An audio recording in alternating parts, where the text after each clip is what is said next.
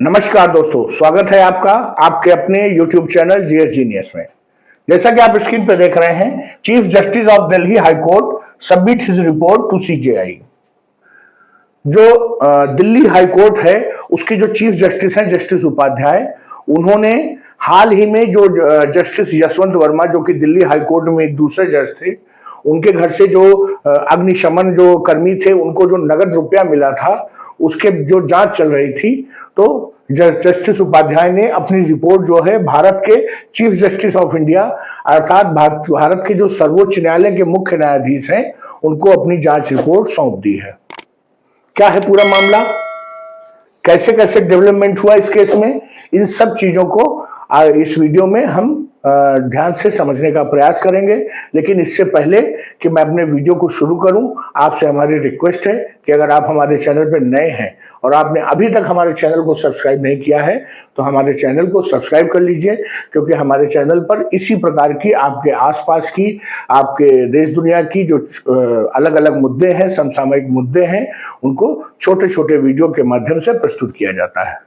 तो चलिए मित्रों, देखते हैं। ये जो जस्टिस वर्मा हैं,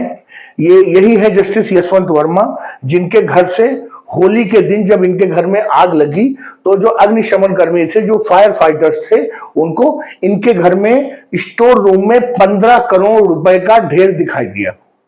और उसके बाद ये मीडिया में खबर फैल गई और अंततः जो chief justice of India Sanjiv Khanna ji हैं, उनको इनके विरुद्ध एक्शन लेना पड़ा। वर्तमान में इनको जो है इनका ट्रांसफर कर दिया गया है इलाहाबाद हाई कोर्ट। और बाकी जो इन हाउस इंक्वायरी है, इन हाउस इंक्वायरी का मतलब हुआ, चूंकि ये दिल्ली हाई कोर्ट में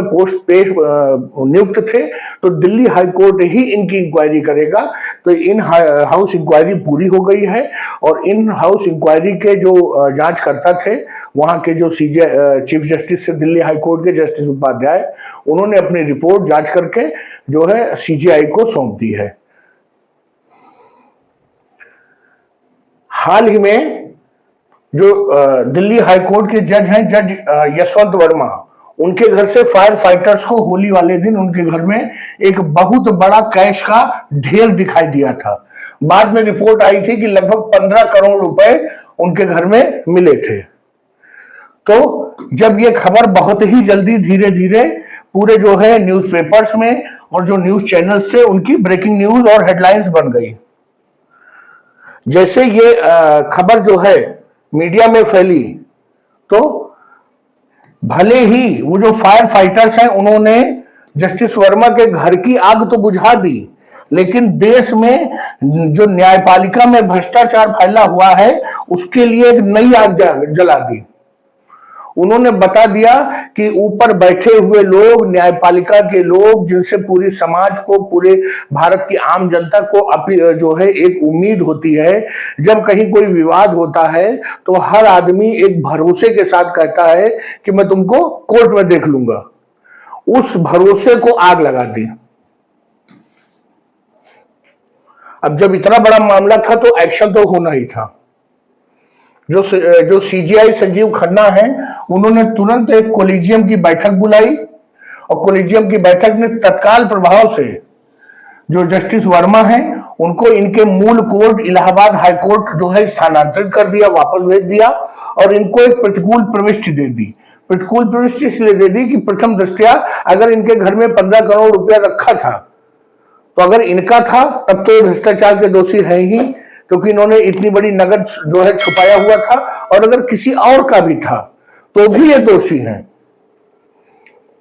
मीनवाइल इस बीच में जस्टिस खन्ना ने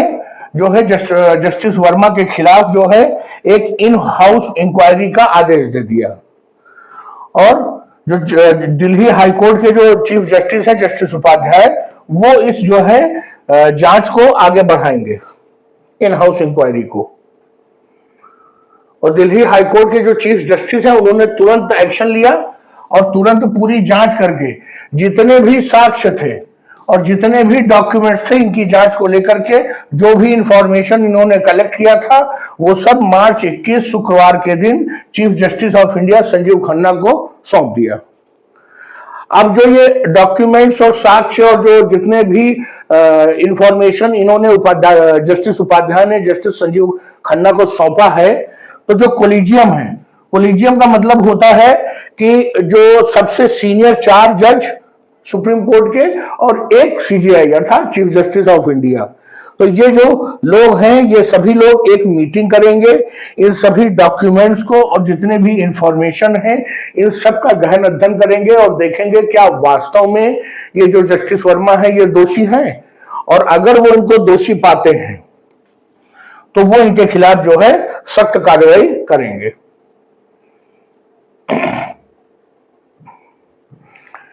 इस बीच जब ये कार्रवाई चल रही थी सुप्रीम कोर्ट की जस्टिस वर्मा के खिलाफ, तब एकाएक बहुत हास्यास्पद बयान आ गया जो दिल्ली के फायर फाइटिंग डिपार्टमेंट के चीफ हैं, अर्थात जो अग्निशमन सेवा का जो डिपार्टमेंट है, उनका विभाग है, उसके जो प्रमुख हैं अतुल गर्ग, उनका एक बयान आया कि जो फायर फाइटर्स जो जस्टिस वर्मा के घर पे गए थे आग बुझाने, उनको कुछ गलतफहमी हो गई थी और उन्होंने कैश नहीं देखा था। एक तरफ ये सब कुछ कार्रवाई हो रही है और दूसरी तरफ ये जो अतुल गर्ग के बयान देने से पूरा मामला ही पलट गया। लेकिन जनता ये जान गई कि बड़े स्तर पे जो भ्रष्टाचार होता है ऊपर के स्तर पर, वो इस स्तर का होता है कि एक अधिकारी दूसरे अधिकारी को किस प्रकार से बचा देगा और छुपाने का प्रयास करता है।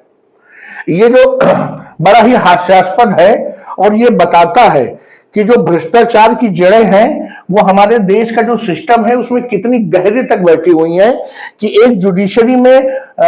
इतने ऊंचे पद पर बैठा हुआ जो जज है वो भ्रष्टाचार करता है। जब मीडिया में उसके वीडियो तक वायरल हो जाते हैं नोटों के, उसके बाद भी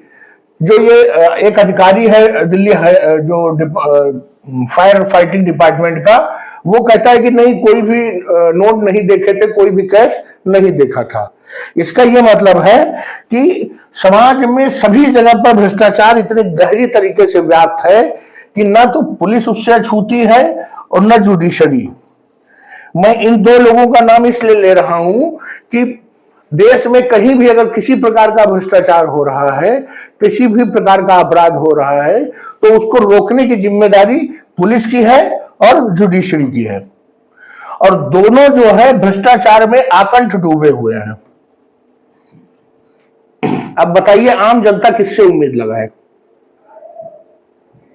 कुछ जो अपुष्ट सूत्र हैं उन्होंने कहा है कि इस समय जो जस्टिस वर्मा थे वो एक डिवीजन बेंच थी, 2 जजों की बेंच थी जो कि सेल टैक्स, जीएसटी और कंपनी अपील्स इन मामलों को डील कर रही थी। उस डिवीजन बेंच के ये हेड थे, प्रमुख थे, और पिछले कुछ महीनों से जो इनके कुछ डिसीजन थे वो आम जो वहां के वकील थे, जो कानून के जानकार थे, उनकी समझ के परे थे और विवादित थे। तो अब ये जब इनके घर से कैश मिला है तो लोगों को लगने लगा है कि वो जो मामले जिनमें इन्होंने कुछ ऊटपटांग डिसीजन दिए थे, लोगों को लगता था कि ये डिसीजन नहीं ये होना चाहिए था, उसी में भ्रष्टाचार इनका जो है पनप रहा था, ऐसा लोगों को लग रहा है। तो मित्रों अब आगे जो सीजीआई है, जो कोलिजियम है, वो जस्टिस वर्मा के भविष्य पर फैसला लेंगे। अगर ये जांच में वास्तव में दोषी पाए जाते हैं तो इनको हटाने का एक संसदीय तरीका है, उसको अपनाया जाएगा। अगर उसके पहले ही ये रिजाइन कर देते हैं तो बहुत अच्छी बात है, और अगर ये दोषी नहीं पाए जाते हैं तो फिर इनको या तो दिल्ली हाईकोर्ट वापस बुलाया जा सकता है या इलाहाबाद हाईकोर्ट में ही अपनी सेवाएं आगे जारी रखने का आदेश दिया जा सकता है। तो चलिए मित्रों, वीडियो को यहीं समाप्त करते हैं। अगर आपको हमारा ये वीडियो, हमारा प्रेजेंटेशन अच्छा लगा हो तो वीडियो को लाइक करिए, चैनल को सब्सक्राइब करिए। धन्यवाद।